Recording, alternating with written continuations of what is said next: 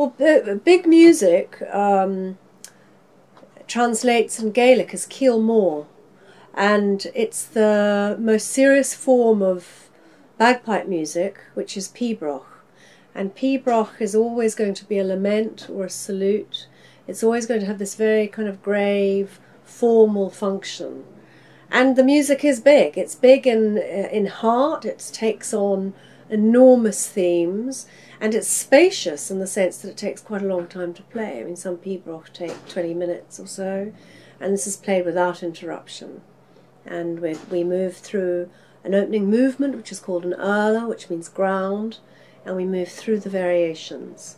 Tuala, crunla, which means crown, crunla mach, which is a kind of reflexive movement, where the composer and the musician is showing off an element of expertise and knowledge of the form, and then we return to the urla again, the ground. So it has this beautiful kind of circular shape as well. The book began a long time ago. I mean, it's taken me 7 years to write it, a further year to prepare it for publication. And when I began the story, all I knew was that I had this very clear sense of a location, and I had my opening line, the hills only come back the same, I don't mind. And I had this image of an old man with a child in his arms up on the hill, and he's nearing the end of his life, and the little baby is 3 months old, newborn. What is he doing with her? What is his relation to her? What can this mean? I knew that I had the pibroch structure. I knew that it was going to be shaped according to a pibroch. I knew, as I said, a clear sense of the landscape, which was going to be, in my usual way of things, a combination of a known and an imagined place. Apart from that, I have to tell you, I knew very little. I never do with my books. My writing is a deeply heuristic process.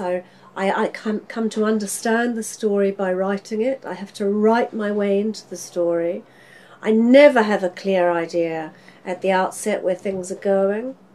It's an alarming and difficult and often very upsetting way to work, but it's the only way I know how, and it's extremely rewarding. At the end of this process, at the end of these 7 years of writing this story about these people, everything came together, everything slipped into place. I started to understand more and more about what I was doing, the deeper I got into it.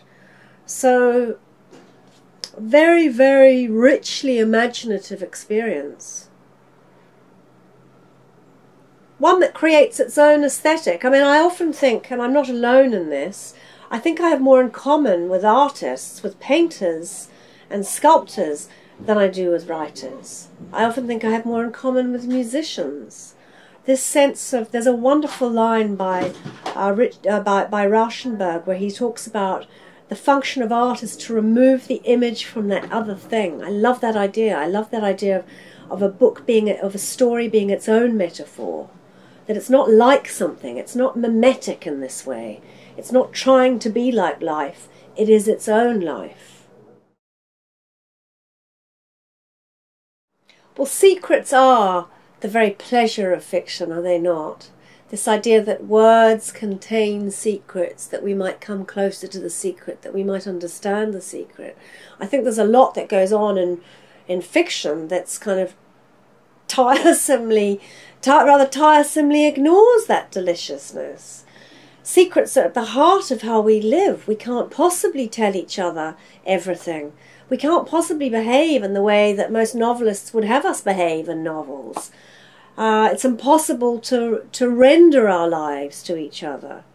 And on top of that, there are things that are private and that we feel fearful of letting out and so on. And certainly this is a family with stories that have gone untold and secrets that have been kept. And this is also a family that finds it hard, I think. I think the men in this family find it very hard to look at themselves and tell their own stories.